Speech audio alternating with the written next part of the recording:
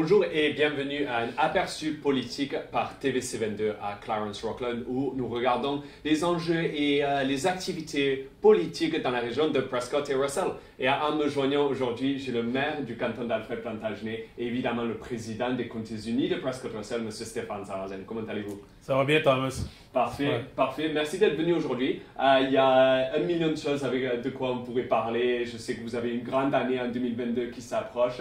Mais spécifiquement pour aujourd'hui, je veux parler de la taille du conseil du canton d'Alfred Plantagenet. Parce qu'il y a peut-être des changements qui vont venir.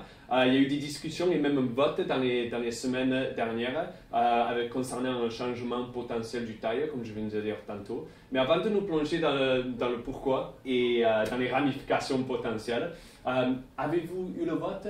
Quel était le outcome, comme on dit en bon français? Absolument. Ça a passé, c'était un oui, puis c'était unanime du conseil de réduire justement la taille du conseil à 4 conseillers et un maire.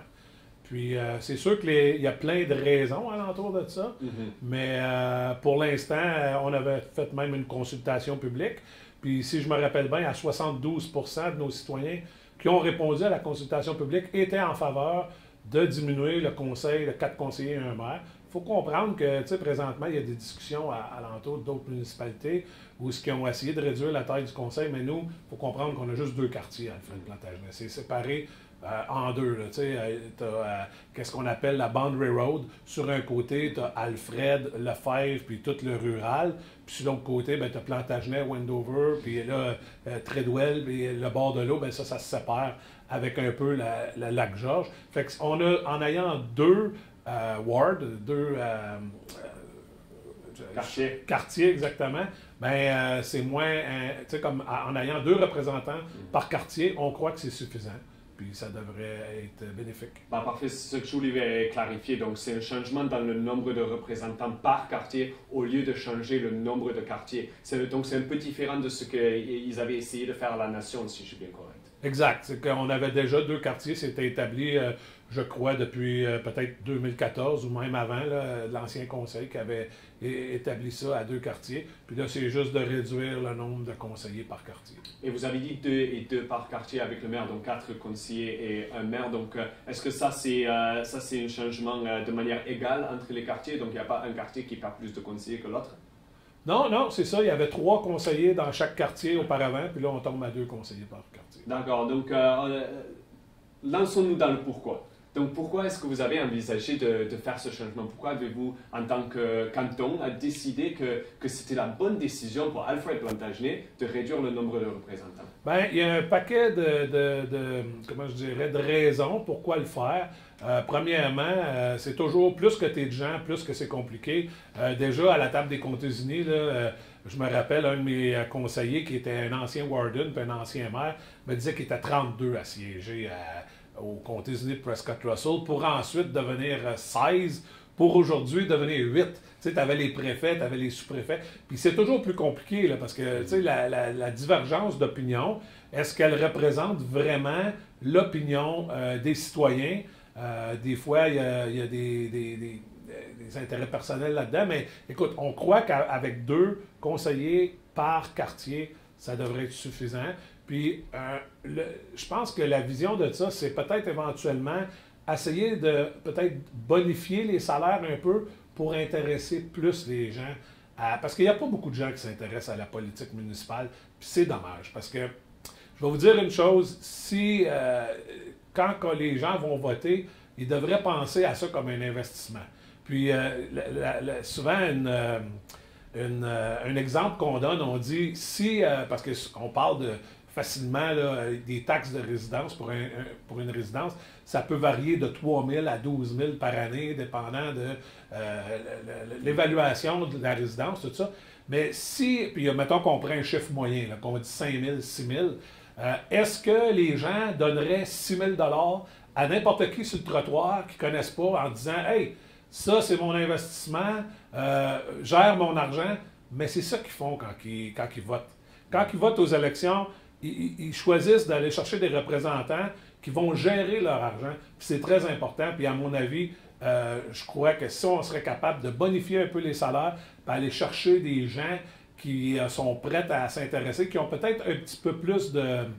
tu sais, comme souvent, on voit des... puis je dis pas que c'est juste ça que ça prend, mais un peu de chaque domaine, puis on le voit souvent dans les conseils d'administration. Tu sais. On a une personne qui est fort en comptabilité, une personne qui vient du domaine des affaires. Donc, c'est le fun de voir ça. Puis, tout le monde pense différemment, mais en fin de ligne, nous, on est élus là pour sauver l'argent aux citoyens, pour que ça soit le plus efficace possible, aller plus loin avec leur argent. Tu sais. Puis je pense que c'est un peu le but de l'exercice. Ouais, donc j'avais mis une phrase sur mes notes. Donc il s'agit d'une question de qualité de représentation par rapport à l'efficacité de la prise de décision, non? C'est un peu ce balance-là, non?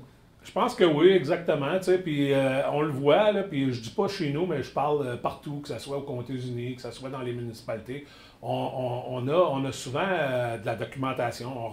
Souvent, on voit, là, avant la réunion, on a ce qu'on appelle un binder, là, un PDF avec 250 pages. Est-ce que les gens sont vraiment prêts quand ils arrivent là, le mardi soir à la réunion? Est-ce qu'ils ont vraiment lu ça de bord en bord? Est-ce qu'ils ont vraiment étudié ça? Est-ce qu'ils sont vraiment... C'est là qu'est la question. Donc, on pense qu'il faudrait qu'il y ait des gens... Première chose, il n'y a rien comme... ça prend des personnes qui s'intéressent et qui deviennent passionnés. Comme moi, un exemple, quand j'ai rentré là, je voulais faire une différence, mais j'ai devenu de plus en plus passionné de ça parce que je regardais le fonctionnement de la municipalité. C'est ces gens-là qu'on va aller chercher. Et c'est la qualité de engagement, quasiment, comme vous dites là. Donc, en parlant un peu de ça, c'est la consultation que vous avez mentionnée tout à l'heure, c'est 72% des personnes qui ont répondu. Mais je pense qu'il y avait à peu près 200 personnes dans un canton où il y a quand même 10 000 résidents. Donc, est-ce que vous pensez que c'est une représentation qui est faite des électeurs? Bien, je pense que...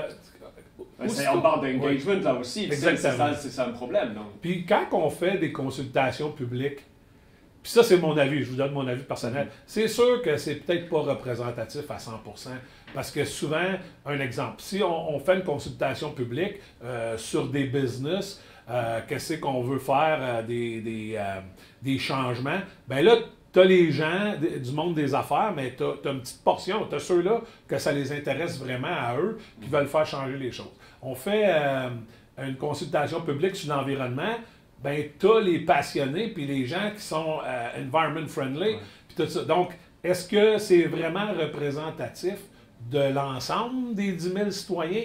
Non, c'est plus représentatif de les gens qui s'intéressent à ce sujet-là, puis c'est sûr, tu sais, dans ces consultations publiques-là, on peut facilement voter 3 fois. Là. Tu rentres un courriel, puis tu rentres un autre courriel, puis tu rentres un autre courriel. Fait que des fois, il faut en prendre, mais en laisser. Mais en conclusion, regarde, c'est un outil qu'on se sert.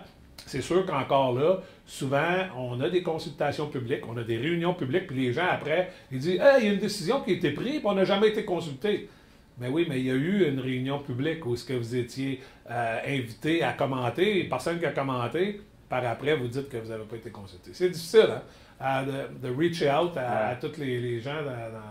C'est pas facile. Tout d'abord, ne dites pas à Netflix ce petit trick avec les courriels différents parce qu'ils savent déjà mes free trials sont terminés. Non, mais je ne veux pas appeler ça un problème, mais c'est un point qui est vraiment important et vraiment intéressant. Donc, comment est-ce que vous pensez qu'on peut faire, pas juste Alfred Plantagenet, mais en mettant votre chapeau peut-être du président des Comtés-Unis, pour essayer de mettre en os l'engagement des gens avec les consultations publiques et tout ça? Parce que, comme vous dites, je ne veux pas appeler ça un problème, mais de temps en temps, comme vous dites, il y a des personnes qui sont passionnées et engagées sur un certain sujet, qui viennent mettre un vote dessus et ça décide pour la majorité des personnes. Donc, comment est-ce qu'on peut faire pour essayer d'engager plus de personnes dans nos municipalités? C'est très difficile, tu sais, on le fait, les sondages. Je veux dire, en fin de ligne, on peut pas forcer les gens à faire les sondages. C'est eux qui décident comment intéressés ils sont dans le dossier. Mais je dois dire que quand on parle de politique municipale, là, que ça soit, ben, c'est sûr que c'est toute la politique municipale, que ce soit aux Comtés-Unis, tu es voté maire de ta municipalité, puis tu représentes ta municipalité aux Comtés-Unis. Mais c'est très difficile d'aller chercher des candidats parce qu'avec les médias sociaux, puis tout ça, puis on le voit, là, il y a tellement un manque de respect envers les politiciens. Puis, je veux dire, c'est quelque chose qu'il faut faut vraiment pas que tu prennes ça à cœur. Parce que si tu te mets à lire tous les commentaires qui se passent chez vous, puis c'est souvent la minorité, les gens, c'est minorité. Là, tu sais. Ils vont se plaindre pour toutes sortes de choses, mais en réalité, ils ne voient pas tout ce qui a été fait, le progrès qui a été fait pendant le terme, mais quand ils ont la chance de... Puis c'est très dur Moi, je pense que ça va être de plus en plus difficile à avoir des membres de conseil, des conseillers, des maires, justement parce que les médias sociaux, c'est rough. C'est bon. Moi, je dirais que j'ai gagné ma popularité auprès des médias sociaux. J'avais comme un blog, j'avais une page Facebook, mais en même temps, c'est un couteau à deux tranchants. Beaucoup de commentaires gratuits là-dessus, puis les gens ne savent pas toujours vraiment le dossier, ne connaissent pas le dossier, mais ça ne les empêche pas de critiquer et de commenter. Et vous, ça fait quelques années que vous êtes le maire du canton d'Alfred-Plantagenet, vous vous lancez dans la politique provinciale l'année prochaine. Est-ce que si par exemple il y a des personnes qui pensent peut-être l'année prochaine, ils vont se mettre en avant pour les élections, que ce soit municipales ou même provinciales l'année prochaine, qu'est-ce que vous leur direz comme avis en étant quelqu'un qui était dans le public face du canton d'Alfred-Plantagenet pendant tellement d'années? Comment vous faites, vous, pour ne pas avoir tous ces commentaires pour les avoir à tenir à cœur? Ben moi, je pense que en partant, c'est quelque chose que tu dois avoir dans toi là, en partant. Comme moi, je suis une personne que j'ai jamais été une personne rancunière. J'ai jamais été. Tu sais, moi, tu peux faire les commentaires que tu veux. On peut avoir un débat très animé dans une réunion de conseil. Je vais arriver chez nous, je tourne la switch, je tombe dans le lit, 5 minutes, je dors. C'est ma personnalité. Tu sais, est-ce que tout le monde a la personnalité pour faire ça, ou je dirais plus comment je dirais ça, le tempérament pour faire ça? Probablement pas. Parce que si les gens... Puis il y en a qui le savent. Moi, j'ai déjà approché aux dernières élections des candidats à dire « Hey, tu voudrais-tu venir conseiller? » « Ah non, moi, je suis pas capable, je voudrais pas... Je veux pas être pas aimé. » Mais veux pas, en politique, il y a des décisions que tu dois prendre. Tu dis pas oui à tout. Tu dois dire non. Puis qu'est-ce qui est le plus dur à faire? C'est dire non. Quand quelqu'un t'appelle, il te demande quelque chose qui semble pas logique, ben dire non, c'est difficile. Puis, souvent, on se fait critiquer. Absolument. Et en parlant évidemment du canton d'Alfred-Plantagenet, c'est les conseillers, vous avez dit tantôt, peut-être que ce changement de taille va peut-être pouvoir essayer de mettre un peu plus d'argent pour essayer d'encourager plus de personnes, parce que les conseillers à Alfred-Plantagenet, dans les comtés unis, ils ne gagnent pas le plus d'argent, disons ça comme ça, comparé aux autres municipalités. Mais est-ce que ce changement va essayer d'économiser de l'argent, ou est-ce que ça va coûter plus? Parce que s'il y a moins de conseillers, mais il y a toujours autant de comités, non? Donc, est-ce que ça va être plus de travail pour les conseillers qui restent? Est-ce que vous allez devoir peut-être embaucher plus de personnes dans l'administration pour essayer de soutenir et aider ces personnes? Donc, est-ce que ça va économiser de l'argent, ou est-ce que ça rend risque de peut-être coûter plus d'argent au canton? Pour l'instant, je dirais qu'il y a des économies à faire, parce que c'est sûr qu'en ayant des discussions de budget futur, puis là, je parle plus ou moins pour l'année 2023 où il va y avoir des élections, il va y avoir un nouveau conseil qui va rentrer en poste. C'est sûr que là, il y aura peut-être la discussion de monter le salaire, au même montant pour quatre conseillers qu'on paye présentement pour 6 conseillers. Ça reste à déterminer. Ça sera une décision de conseil. Souvent, en ayant les gens qui s'y intéressent beaucoup, puis qui veulent aller à des conventions, puis suivre ça, puis prendre de la formation, bien, s'ils s'y intéressent, bien, tu as 4 personnes à donner de la formation. Donc, c'est moins dispendieux. Puis, écoute, je pense qu'en fin de ligne, le but de l'exercice, c'est d'aller chercher des candidats qui sont intéressés, qui sont passionnés, puis qui veulent vraiment faire la différence dans leur municipalité. C'est le but de l'exercice, à mon avis. Moi, je dis, quand j'ai voté pour, c'était ma vision. Ça ne veut pas dire que les 6 conseillers avaient la même vision, mais les 6 conseillers ont voté pour, donc il semblerait qu'ils pensent que c'est quand même une bonne idée. Donc, est-ce qu'il y avait une indication de peut-être, en ayant 6 conseillers à Alfred-Plantagenet, il n'y avait pas assez à faire pour ces 6 conseillers, vu comme il y a probablement, ça peut être fait par 4 personnes? C'est comme ça que vous pensez, ou est-ce que c'est comme ça que vous le voyez? Ben, en ayant 2 personnes par quartier, souvent, qu'est-ce qui arrivait aussi, les gens font une plainte. Les gens font une plainte au premier conseiller. Le conseiller envoie sa plainte à l'administration. Qu'est-ce qu'on sait? Oups, la même plainte rentre parce qu'un autre résident a envoyé la plainte au 2e conseiller, au 3e conseiller puis au maire. Donc, souvent, le directeur général se ramasse avec, parce que là, on parle un quartier en particulier, parce qu'on a 2 quartiers. Donc, le directeur général peut se ramasser avec 4 plaintes présentement du même citoyen qui étaient faites sans que les autres membres du conseil le savent. Donc, peut-être que ça aussi, c'est quelque chose à... Tu sais, il y aura juste 2 ou 3 canaux de communication pour les citoyens, donc ça l'évite de... J'ai pas aimé la réponse de lui, je vais avoir la réponse de lui, puis c'est peut-être quelque chose aussi qui serait bon. Là, ouais, j'aime pas ce que maman a dit, donc je vais demander à papa. Quelque chose comme ça. Il y a évidemment, il y a eu des murmures d'une idée similaire dans la municipalité de Clarence-Rockland, on le sait très bien, mais il n'y a rien de concret, évidemment, rien n'a été bien discuté.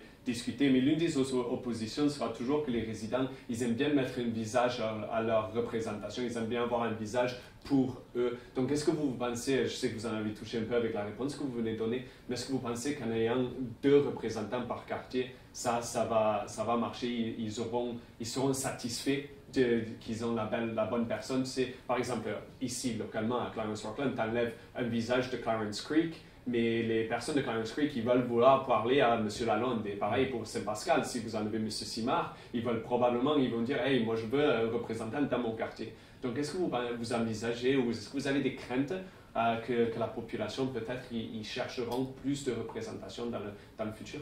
Moi, je pense que non, dans le sens que si on regarde, là, Alfred Plantagenet, c'est composé de 7 villages. 7e village, c'est un village qui est à moitié dans la municipalité de Nation, à moitié dans Alfred Plantagenet. Donc, je pense que présentement, si on regarde, là, on a des représentants de pas mal chaque village. Puis je pense, tu sais, c'est sûr que dans la partie rurale, quand tu es représentant d'Alfred, un exemple, puis tu es vraiment une personne qui vit à Alfred, bien Alfred, ça inclut le rural d'Alfred. Puis je pense que, tu sais, sur un côté, dans le quartier 1, tu as Alfred Lefebvre, que tu aies 2 conseillers d'Alfred ou 2 conseillers de Lefebvre, ils vont avoir l'intérêt à servir les gens.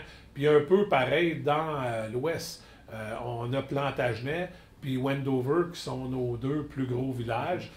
Puis tu sais, ça, c'est des villages où il y a plus d'infrastructures. Donc, je pense que ça va être satisfaisant pour les citoyens et pour avoir des bonnes représentations. Je sais qu'il y avait eu des discussions. Dans nos discussions, il y avait eu certains conseillers qui avaient emmené le point qu'on devrait avoir 4 conseillers at large qui viennent de...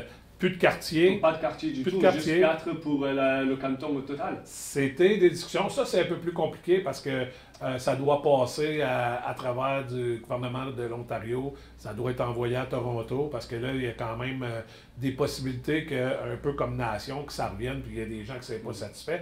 Parce qu'on parle d'un exemple, là, je vais donner un exemple. Aux prochaines élections, il rentre 4 personnes d'Alfred, 4 personnes de Wendover. Bien là, il y a des villages qui ne se sentent pas bien représentés. Fait que ça reste à déterminer dans le futur où ce qu'ils iront avec ça. Je ne sais pas. Pour l'instant, ça semble être bien balancé. 2 sur le quartier 1, 2 sur le quartier 2, puis ça couvre tous les villages. Et un des points que je voulais juste terminer avec, c'était le développement économique. Évidemment, c'est quelque chose que vous, avec le chapeau, que ce soit maire du canton d'Alfred Plantagenet ou le président des Comtés-Unis, ou même peut-être représentant provincial l'année prochaine, le développement économique, c'est très important pour nos municipalités ici, tant Glengarry, Prescott et Russell. Donc, avec ça en tête, quel est le plan à court et moyen terme pour Alfred Plantagenet? Parce que sûrement, si vous voulez agrandir, si vous voulez avoir plus de commerce, plus de personnes, sûrement vous allez avoir besoin de plus de représentation, pas moins. Donc, quels sont les plans à court et moyen terme et comment est-ce que vous allez penser que ça va marcher avec ce changement? Bien, je pense qu'on a beaucoup évolué du côté municipal quand on parle sur le côté de l'administration. Récemment, on a eu une subvention, on a engagé une agente de développement économique, puis on a créé, je pense qu'il y a beaucoup de nouveaux arrivants, là, quand je parle de l'administration, à Alfred Plantagenet, on a créé un poste d'ingénieur. C'était bénéfique pour nous. Là. Il s'est mis à regarder tous les rapports d'infrastructure qu'on avait fait faire par des ingénieurs au fil des années. On a trouvé plein de choses. On est à repenser parce qu'il ne faut pas vivre juste dans le présent moment. Dans le moment présent, excusez, il faut vivre pour qu'est-ce qui va se passer dans 10 ans. Est-ce qu'on va pouvoir avoir de la croissance résidentielle dans 10 ans? Parce qu'on a certains villages qu'on s'est ramassés, comme Plantagenet, où est-ce qu'on est saturé avec les égouts. nos lagunes sont à capacité. Mais sont à capacité, ça fait 20 ans. Donc, il y a quelqu'un qui n'a pas fait sa job dans les derniers 20 ans, parce que ça, c'est quelque chose qu'on doit voir arriver, puis qu'on doit prévoir. Fait que, avec l'avenue des ingénieurs, puis on a vraiment une belle équipe, comme je dis, on a une nouvelle personne au développement économique, on a un nouveau directeur général, on a un nouveau trésorier, puis je pense qu'on est vraiment, j'en parle, puis les frissons me passent, parce qu'on a vraiment une belle équipe, puis je trouve qu'on a tellement évolué en tant que municipalité dans les dernières années. Puis ça, c'est un peu la raison pourquoi que je me suis investi un peu avec le Parti conservateur, parce que le Parti conservateur a remis des sommes assez importantes aux municipalités, mais à condition que cet argent-là était dépensé pour améliorer les efficacités des municipalités. Puis on a su bien s'en servir, on a rentré toutes sortes de systèmes informatiques. Puis hier, justement, il y a un citoyen qui m'appelle, dit « Monsieur, j'ai appelé la réceptionniste, oui, bouge pas, je m'en vais sur notre système, j'ouvre, oui, exactement, à telle heure, j'ai vu qu'est-ce que vous avez dit, j'ai vu sa réponse. » Là, les gens, oh, tu sais, comme il y a un suivi qui se fait, je pense qu'on est là. On est en 2021, il faut évoluer. La politique doit évoluer au même rythme que la technologie. Peut-être quelque chose qui n'était pas fait à travers les 444 municipalités de l'Ontario. Mais je pense qu'on a eu la chance dans les dernières années d'investir. Moi, je me rappelle, là, une couple l'année passée, on cherchait un document, qu'est-ce qu'on appelle un property file pour un citoyen. Ah, il est-tu dans la voûte à Alfred ou parce qu'il y avait un hôtel de ville à Alfred avant, il y avait un hôtel de ville à Plantagenet. Non, il est-tu dans la voûte à Plantagenet? Donc, le property file, des fois, ça prenait 2 heures, 3 heures à l'avoir dans nos mains. Mais là, on est rendu avec un système sophistiqué. Ça s'appelle TownShare. C'est à travers de Microsoft SharePoint où on est à numériser tous nos documents. Puis, pif! On cherche un bail là, on cherche un règlement de telle année, ça nous sort tout. Puis je pense que ça, c'est beaucoup, ça demande beaucoup aux employés présentement, mais dans 4-5 ans, on va avoir tout à portée de la main, puis on va avoir fait un progrès. Puis écoute, moi, comme je te dis, j'en parle, puis les frissons me passent parce qu'on a tellement évolué en tant que municipalité dans les derniers 3 ans. Toutes sortes de petites choses, tu sais, que ça soit du côté de nos travaux publics, des camions, quelqu'un appelle, on peut dire, il dit « Ah, le chasse-neige a passé dans le chemin à 60 km, puis non, monsieur, on a checké sur le GPS.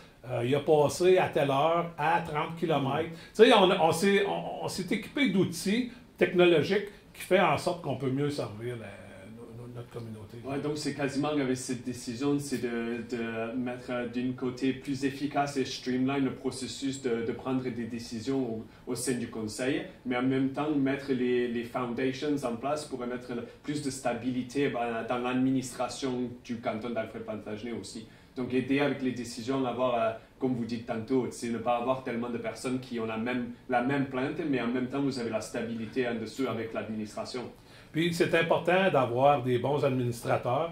Puis les bons administrateurs, présentement on en a des bons administrateurs, font en sorte qu'ils vont faire des recommandations au conseil, qui vont être des recommandations claires. C'est quoi vous voulez? Vous voulez la recommandation A, B ou C? Puis ça finit pas en un débat.